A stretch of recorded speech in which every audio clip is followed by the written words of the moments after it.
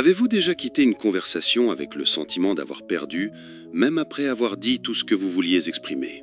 Ressentez-vous parfois cette boule dans la gorge, comme si chaque mot prononcé vous éloignait un peu plus de votre propre force?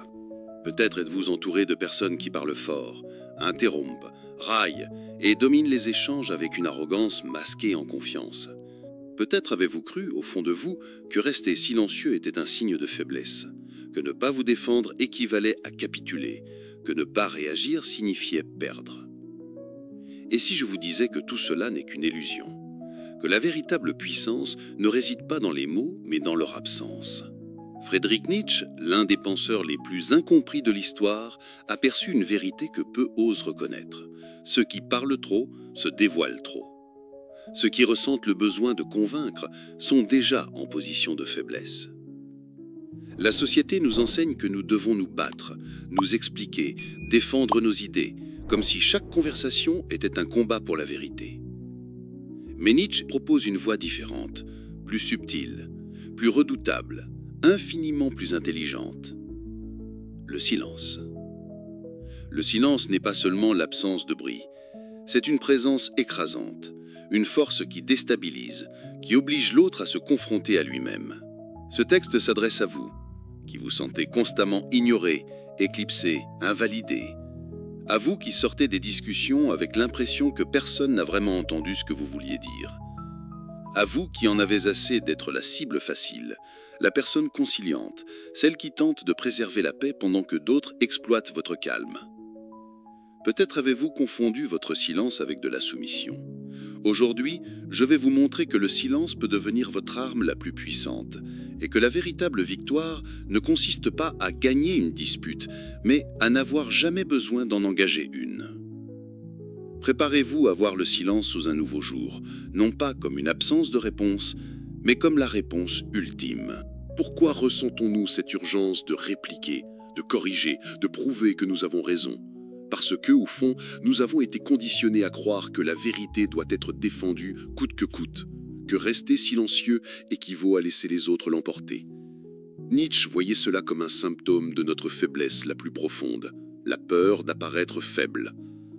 Derrière cette peur se cache l'ego, un ego fragile qui ne supporte pas d'être remis en question, qui confond le désaccord avec une attaque et transforme chaque conversation en champ de bataille. Nietzsche affirmait que la plupart des gens ne recherchent pas la vérité lorsqu'ils argumentent. Ils recherchent le pouvoir. Ils cherchent à réaffirmer leurs croyances, non parce qu'elles sont solides, mais parce que, si elles vacillent, tout s'effondre. Argumenter, dans ce sens, n'est pas un outil de sagesse. C'est une armure défensive, un cri désespéré de l'ego pour maintenir le contrôle du récit. Et qu'est-ce que cela signifie ? Que lorsque vous ressentez le besoin de vous justifier, de prouver votre point de vue, vous êtes déjà entré dans leur jeu et vous avez perdu.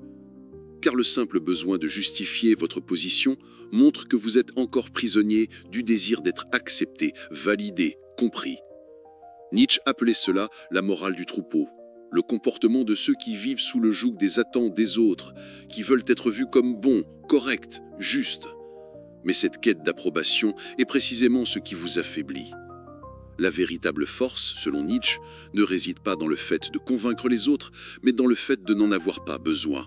C'est tenir bon face aux rires, aux critiques, aux rejets et rester inébranlable. C'est être incompris et ne pas vaciller.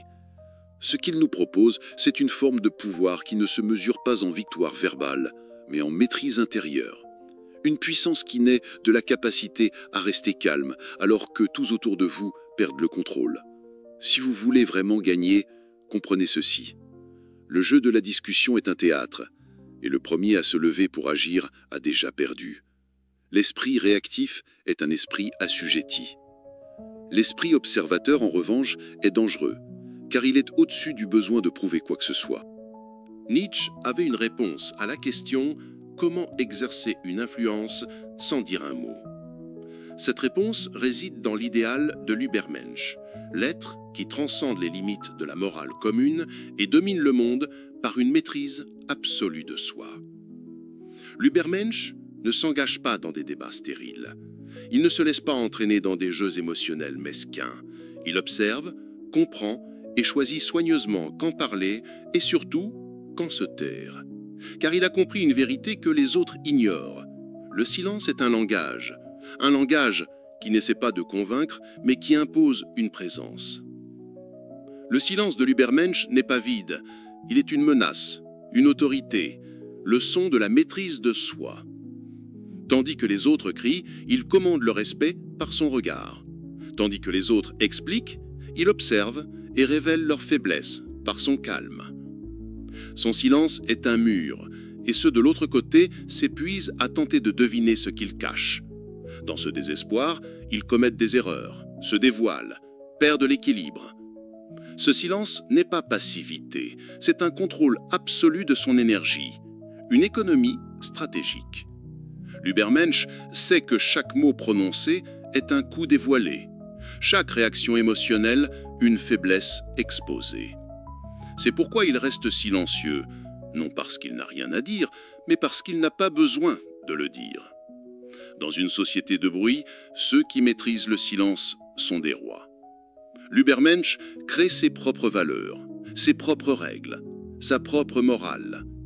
Il ne dépend de la validation de personne et c'est pourquoi il est craint. Rien ne déstabilise plus qu'un individu insensible à la culpabilité, à la peur ou au besoin d'acceptation. Son silence est un bouclier contre tous ces mécanismes. Et quand il parle, c'est pour renverser un empire. Le silence n'est pas seulement l'absence de son, c'est un miroir. Ce qu'il reflète est souvent insupportable pour les autres.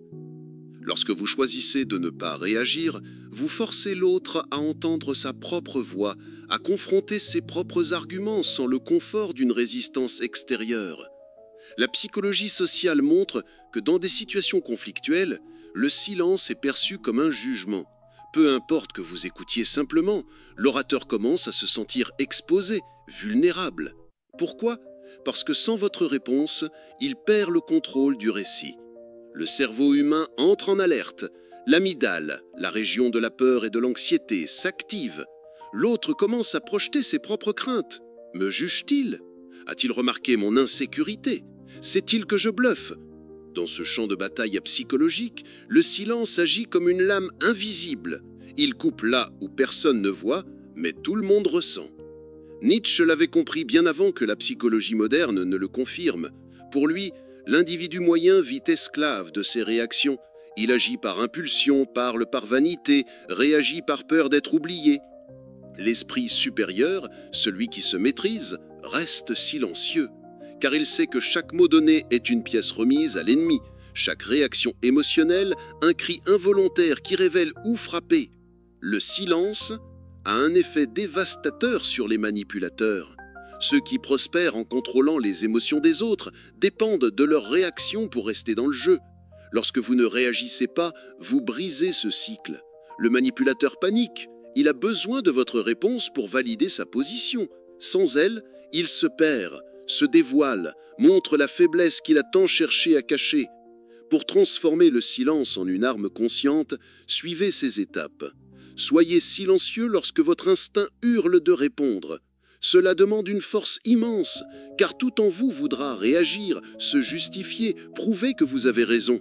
Mais ce désir est un poison. Chaque fois que vous y cédez, vous montrez que vous êtes encore sous le contrôle des autres.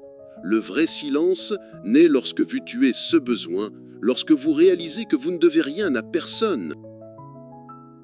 Pendant que les autres parlent, écoutez comme un chasseur guette sa proie. Percevez les peurs cachées, les contradictions subtiles, les insécurités masquées par l'arrogance. Stockez ces informations, car lorsque vous parlerez, si vous parlez, ce sera avec une précision chirurgicale. Laissez le silence durer. La pause crée une tension et la tension est une forme de pouvoir. Alors que l'autre attend votre réaction et qu'elle ne vient pas, son esprit s'effondre, se remplissant d'hypothèses, de peur, de paranoïa. Un simple regard, accompagné de silence, peut avoir plus d'impact qu'un discours bien construit. En maîtrisant le silence, vous devenez imprévisible. Et l'imprévisible est toujours craint. Les gens ne savent pas à quoi s'attendre, ce qui les rend prudents. Ils mesurent leurs mots, perdent l'avantage. Vous inversez la dynamique, De réactif, vous devenez le centre gravitationnel de la conversation. Mais attention, il existe un silence qui n'est pas une arme, mais une prison. C'est le silence de la soumission. Celui que vous adoptez lorsque vous avalez votre colère. Cédez dans les discussions. Évitez les conflits à tout prix, croyant que c'est une preuve de maturité. Nietzsche voyait cela comme une capitulation déguisée. Ce type de silence est le produit de la morale des esclaves. Un code invisible qui vous apprend à vous effacer, à vous diminuer, à vous conformer tout en vous sentant vertueux.